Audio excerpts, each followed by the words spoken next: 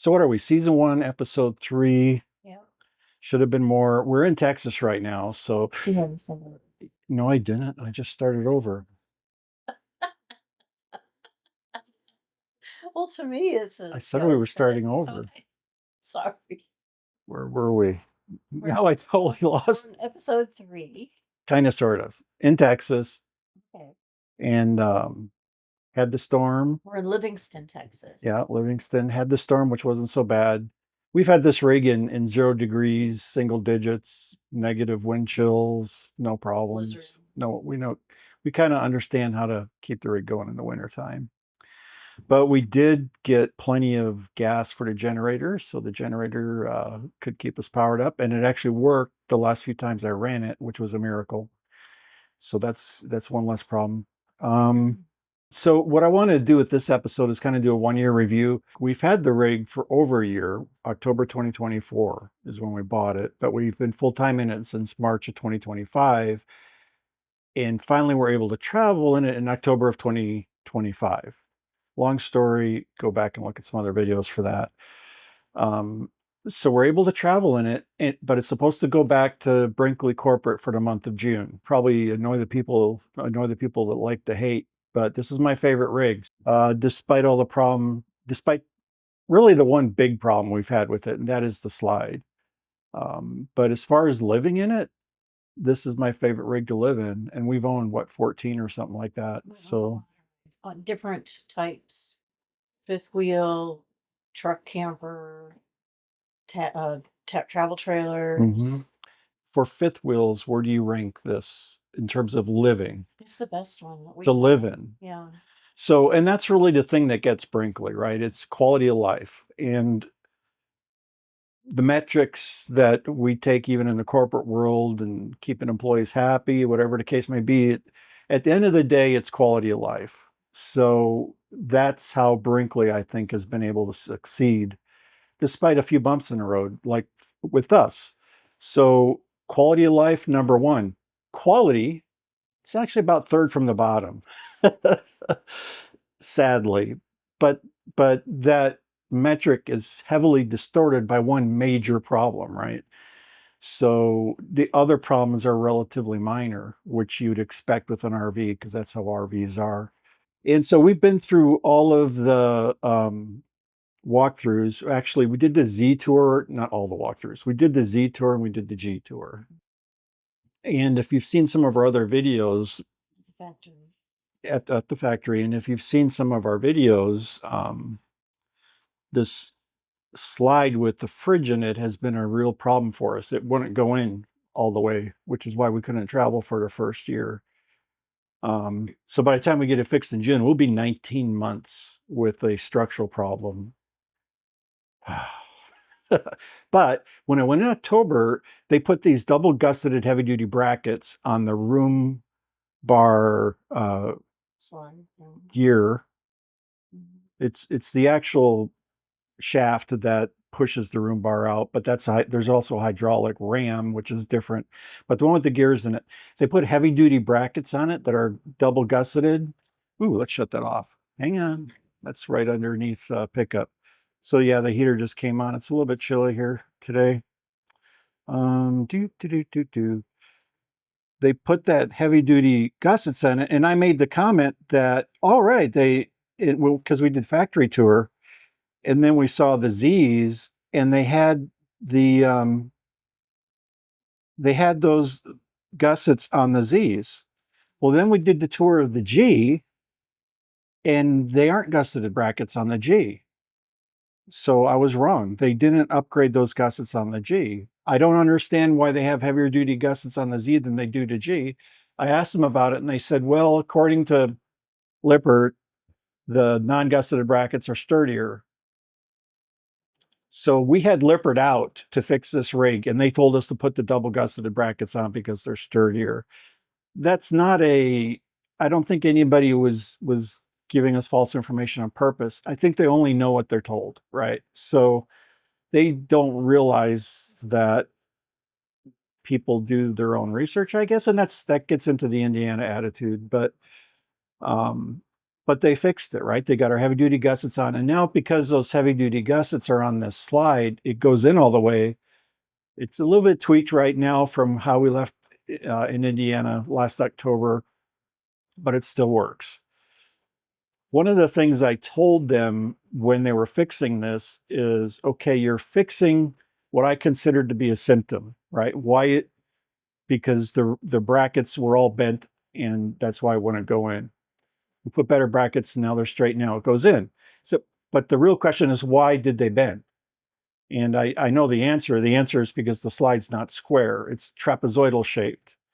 And the shop that did the repairs said as much. We're an inch and a half out of square in each corner. Now Lippert did the repairs working in concert with Affinity RV Group. Major thumbs up for Affinity RV Group. They did a wonderful job in the context of what they were allowed to do by Brinkley, and they got that sorted, and Lippert upgraded our hardware. But what I told them was, well, if you do that, because I've done competitive vehicles and competitions and, engineered things. And whenever I would upgrade drivetrain, for example, for a truck, well, you put a heavier clutch in. Next thing that's going to happen is you're going to twist your drive shaft or explode the transmission, right? Things just go to the next point of failure. So we put heavier brackets in so that would stay square, but now all that torsional force that caused those brackets to bend is twisting the box, and our sealing has separated. So right now there's about a 1/4 inch gap between our sealing and the frame of the slide because that is twisted and popped out. To Brinkley's credit, they'll be fixing all of that in June. So that's why we still like Brinkley. And a lot of these things that we've discovered, we are early adopters. There's a price to early adopting. This was a 2025, a very early 2025. So basically it was year 2 and 1 month or something. So lessons learned by Brinkley and ourselves. And as long as they fix it, because of quality of life, we're still fans. Boy, that was me rambling. So anyway, I knew people are curious about the failure stuff. So I wanted to kind of give a little bit of that context and attitude I have about it, and why we still think this is the best rig we've had from a quality of life point of view, from a quality of build point of view. When Brinkley does they brag about how they do a quality control check after basically every stage during construction. And for the longest time, I debated with myself on whether or not I wanted to challenge them on that because of a lot of little problems we've had. And big problem. Our analog brakes have worked for less than half the time we've owned the rig. That's a whole nother story. Wiring. And what I've decided is they do quality of life, and what that equates to when they're doing quality control is fit and finish. So they are so good at putting together the rig from a fit and finish point of view. And I think that's the focus of their quality reviews. So my critique for Brinkley is, hey, you're doing good with that. Now add function. So how it performs is something they need to add to their quality control, not just fit and finish. That's kind of where I've landed in my opinion of why we've had to deal with what we've dealt with. So I think about these things too much. What do you think, babe? Oh, I get to say something? Yes. Um, I love the RV, I get to work from the road. Um, yeah, it's comfortable, very comfortable to live in. I don't miss the sticks and bricks or house at all. It's a whole new way of life that we're getting very used to. I was done with houses. maybe eventually Yeah, we'll have to move back into an apartment, you know, something small, at very some small. point, but for now, you know, this is our home. Yeah, I like not having a lot of things to have to keep track of, which I don't know that's you kind of trade in one thing for another though, because now we have to worry about where we're staying, all those sorts of things, but less stuff. I like less clutter. Less stuff, less worries. Yeah. So if I had to do it again, would I buy another Brinkley? Yeah, Well, if I had the money, I'd buy another Brinkley. yeah, If we had to buy a rig tomorrow, I would start with Brinkley. yeah. Um, so that kind of, despite my complaining about the challenges we've had, that should say a lot, right? Well, So when we first got the rig, we had issues with the dealer. did yeah, the dealer caused us a lot of trouble. Didn't get an efficient walkthrough. We had issues when we got the rig to the RV park with a lot of things. Yeah, even this problem with the slide, we identified the first 2 days we had it. But the dealer couldn't, I mean, you ask them a question, they didn't know how to answer some of them. We were missing, you know, like the Little things. pantry lock thing that you screw in so that the doors don't come out when you're traveling. Yeah, they didn't. The dealer, what do they say? The PDI Yeah. probably didn't inspect 100%. Yeah. They had zero clue about this rig. Yeah. They had probably the most green kid straight out. He was probably still in high He school. was a nice kid, Super nice kid, but but he just had no he idea. had no idea about the Yeah, rig. he had no idea. And we bought it from Bish, just for the record. Now, I've had somebody ask me about dealerships, and that's why I say this is probably a whole nother subject.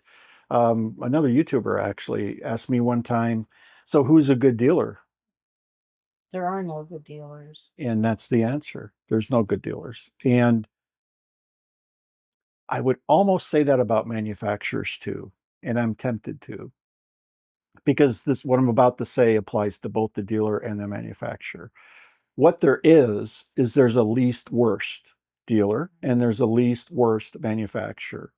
Because their feet have never been held to the fire by consumers, they don't really, they've lost the plot.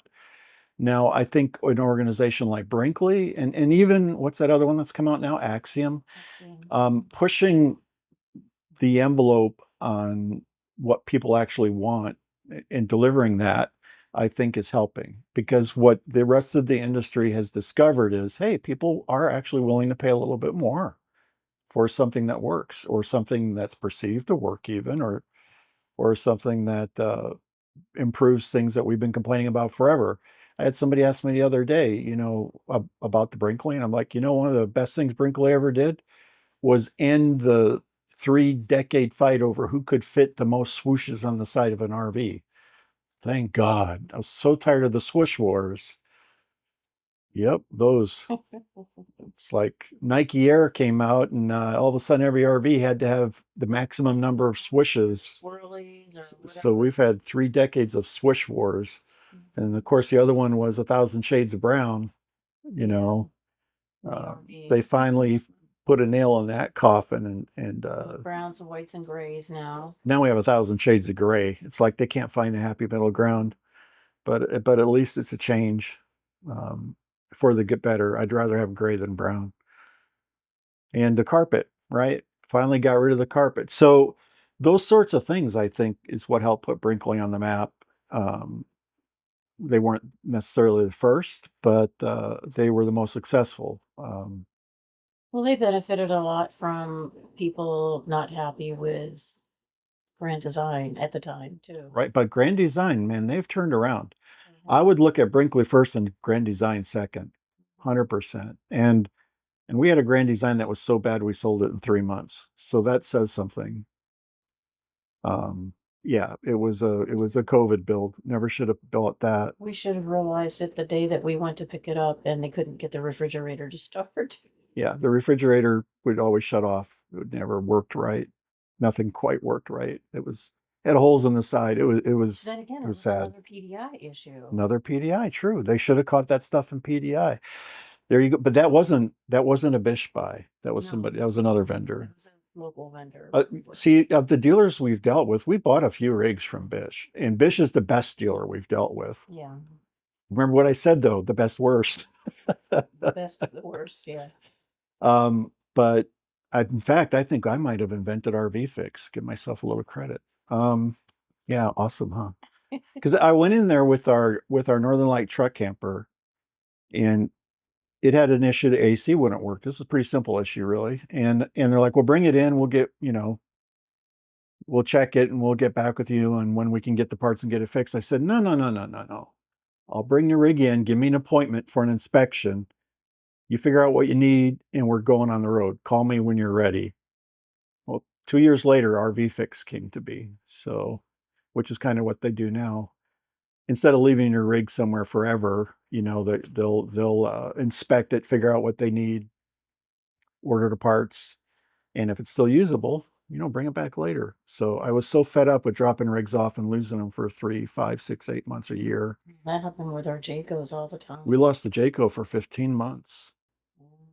And I don't even remember what the problem was. The water panel, they needed to get a new water panel. It took them over a year to put it in. And by the time they finished it, it was wintertime. So I said, "See you in the spring." I was going to pay for storage. It's like, you store it. Yeah. They kept it the entire season. Because it wasn't a 4-season rig. Yeah, Yeah.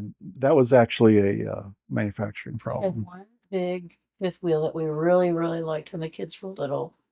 And that was a Hitchhiker Premier by New Way. That's right. That's probably still number one in terms of They quality. don't make them anymore. They don't make them anymore. Number two in terms of quality was a Northern Light truck camper. Number three in terms of quality was an Arctic Fox truck camper.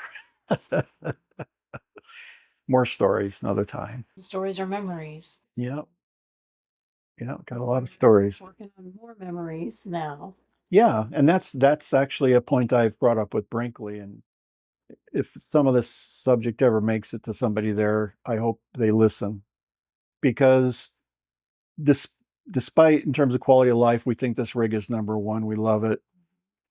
I think what they lose in Indiana, and this isn't a Brinkley thing. This is an RV manufacturing thing. Okay, what they lose in Indiana, what they don't understand, it's like, well, we're fixing it. Everything's good. What are you complaining about? Blah blah blah. They don't realize that when they punt us to next year, those are bucket list items we're canceling. We might not get a chance to do again, right? So it's non-trivial when you have to go off the road for a year, especially at our age. For example, this year we wanted to do a slow roll through back up to Alaska. Can't do it because the rig's going to be in the shop for the entire month of June. We're not at an age where we know we're going to be healthy enough a year from now, so they need to realize when they think they're providing good service, they aren't really, right?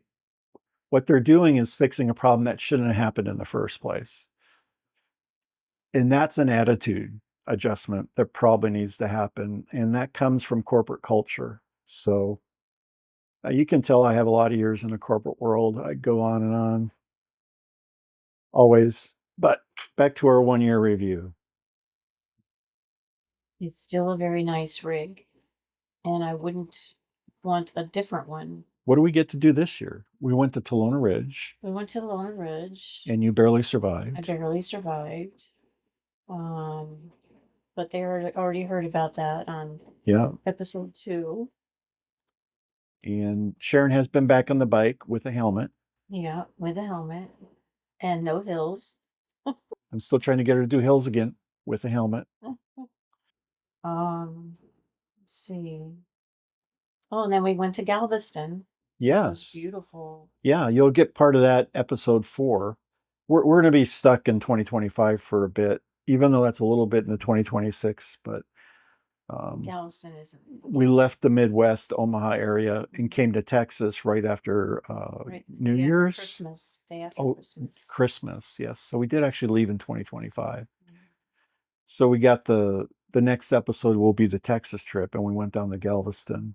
So most of our travel obviously came after October when the rig got fixed. So we have probably about 11,000 miles on this rig right now.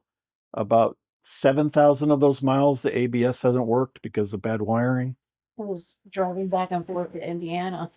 Yeah, I'm so tired of that yellow blinking light. But so, yeah, so we have about 11,000 miles of it. About 7,000 of it with no ABS, whatever. I drove rigs for 40 years without ABS. And it's just annoying with the light flashing and everything. Well, of course, the brakes on one of the axles didn't work for a good part of that too, because that wiring came apart also. On the Brinkley, you have a little green light on the front of the RV. If you have the ABS, the Dexter axles with ABS, yeah, And it was green/yellow. right. And sometimes it's both, and sometimes it's solid. Um, what else? So anyway, a lot of those, yeah, miles, and maybe 6,500 of those miles are back and forth to Indiana to get the rig fixed. Yeah, I had to cancel a family reunion, all kinds of stuff. But we got some fun trips. Tolona Ridge, went down to Galveston. After Tolona, we were in South Dakota. We haven't published that yet either. That's right. We went to South Dakota. Yeah. We are South Dakota official residents. What do they call it? It's not residency. Domicile. But I'm a resident, 100%. I was born in South Dakota. I enlisted in the Marine Corps out of South Dakota. My family was in Spearfish, South Dakota when I went in the Corps. I went to Rapid City School of Mines and Technology. So I'm home, and it's nice. I actually, We like South Dakota. that sets my soul right. I like, We're not spending the I like winter it in there. South Dakota. No, I'm done with snow. Few hours of it like we've had here in Texas this weekend. That's it. Got my taste. Yeah, we're supposed to be getting below freezing tonight and tomorrow, Mhm. but I think we're okay. Yep, yeah. Well, I think there's only one day it's going to stay below freezing during the day. If it's above freezing during the day, yeah, heck, that's early summer where we're from. So But the park here recommended everybody unplug their water and yeah, we run great off the tanks. This rig is perfectly, I mean, quality of life, right? We got 150 gallons of water in this thing. So we go 10 days easy and not really even conserve. This coming season, this coming year, of course, we're stuck getting the rig fixed. We'll have to stay in a motel for the month of June. we already got those reservations. Yep, got that. We will be in Flagstaff. Flagstaff for We won the lottery, everybody. So if you didn't win the lottery, I'm sorry. It's for the Brinkley, what? For Brinkley. number 4. Official Brinkley Rally 004. We won the lottery for Flagstaff. Yeah, so we're doing that instead of Tolona this year. Right. Yeah, we will do Tolona again. We really enjoyed it there. I think how we'll do Tolona again will be a year that we want to go to Florida for the winter, because that's really out of the way unless you're heading to Florida. Right. So we can go to, we'll be in Flagstaff, and then we'll circle back where all the family is for the holiday, and then come back to Texas or Arizona. I think we'll come back to Texas. Yeah, we want to stay longer in Galveston, I think. Yeah, we'll spend a month in Galveston for sure. So despite the challenges, it's been a fun year. I mean, a lot's happened. Sold our house. I got fired. I didn't get fired. I took early retirement. Well, I think the trips back and forth to Indiana, the first trip, we went all the way to Indiana. The second trip, we headed back home from Indiana, stopped in Illinois, had to go back to Indiana because the slide was still not working. And then we were there for a little bit. Then we left Indiana again, went all the way back to Nebraska, and now we have our fourth time coming up. Yeah, and then we made a whole nother trip from scratch. By the way, our kids and grandkids and Sharon's family is in the Omaha area. So we cycle through Omaha very often. So that's why that comes up. Well, two of our sons there. Right. Yeah, we have one son in Yeah, Colorado. we will be spending some time in Colorado this year. That's going to be nice for sure. But yeah, so we end up cycling through, which works out great, by the way, because I do rig repairs and stuff when we're going through Omaha because it's centrally located. It's awesome. So I keep a little storage unit with all my tools and stuff in that area And because we're always going through the central US. It's perfect. So then a whole nother route to Indiana. Actually, it's late May, but the service ends up being done in June. Yeah, so we'll get Michigan, Minnesota this year.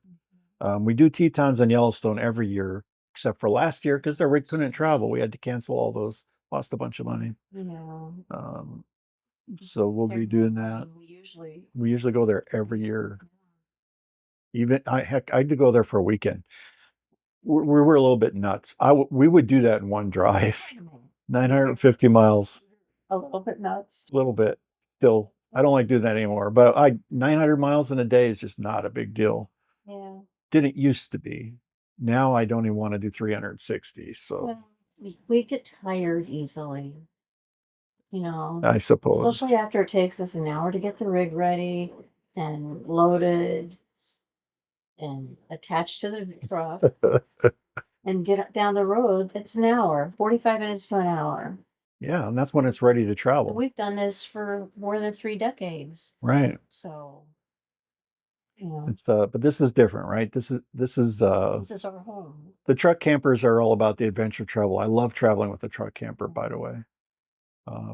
The fifth wheel is destination travel. And age we are, I do still love both. I mean, in a perfect world, we would still have both. But both the truck camper and the fifth wheel, oh man, I wish I still had our Northern Light. Oh, I should have kept that. That was such a sweet rig. We took that thing to Alaska. That was such a good rig. So good. Anyway, if we could have both, I would. Yeah. But this is a destination rig. And at the age we are now, I like the destination rig. I like going somewhere and parking it for a week minimum. And that's how you get the flavor of a place. You have to hang out a while. So that's it from Mark and Sharon Life. Anything, babe? No, thank you, everybody. Don't forget to like and subscribe and hit that little notification bell so you get to see another one. Yeah, and Sharon does the social media for the most part, Facebook especially. So you can be mad at me if you don't like something. And we won't care, by the way. We'll take critique just as well as support. It's all good. It's all good. I am always open for new ideas. So have a good one. Travel safe.